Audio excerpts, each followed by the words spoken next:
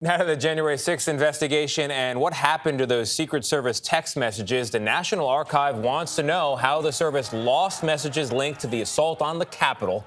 And the Secret Service has confirmed just yesterday, in fact, that the messages cannot be recovered.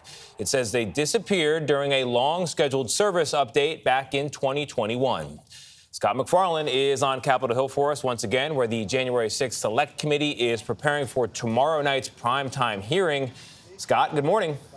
Tony, good morning to you. There will be some key witnesses at that hearing tomorrow.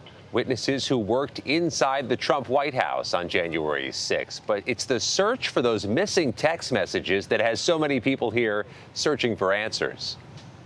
Tuesday's deadline for the Secret Service came and went. Some of the text messages exchanged within the agency on January 5th and 6th, 2021 remain missing, not handed over despite a subpoena from the January 6th Select Committee, potentially deleted and irretrievable. Well, one thing I've learned in this process is that when one evidentiary door closes, another one will open, and we'll find a way. The National Archives has ordered an internal review of what it calls unauthorized deletion of texts by the Secret Service, which this morning is pledging full cooperation.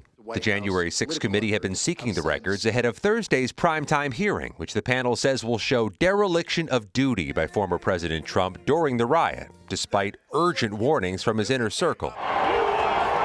Two White House aides who quit after the attack, former Deputy National Security Advisor Matt Pottinger and Deputy Press Secretary Sarah Matthews will be the star witnesses. And John Wood, a former lead investigator on the January 6th committee, told CBS News the panel will show Trump's inaction that day. I think they need to finish by focusing on those critical 187 minutes between when the attack on the Capitol started and when Donald Trump finally issued a video statement asking people to leave the Capitol.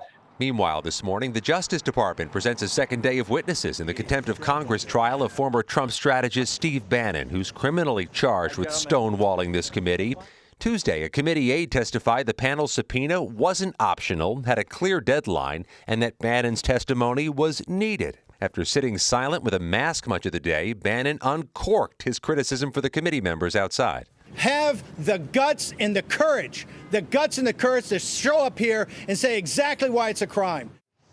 Committee members tell us we'll hear more tomorrow from that pre-taped deposition it did with former Trump White House counsel Pat Cipollone. But one familiar face will likely be missing tomorrow. Committee Chairman Benny Thompson of Mississippi says he's tested positive for COVID, but that the hearings will proceed even in his absence. Tony? Got it, Scott. Thank you very much.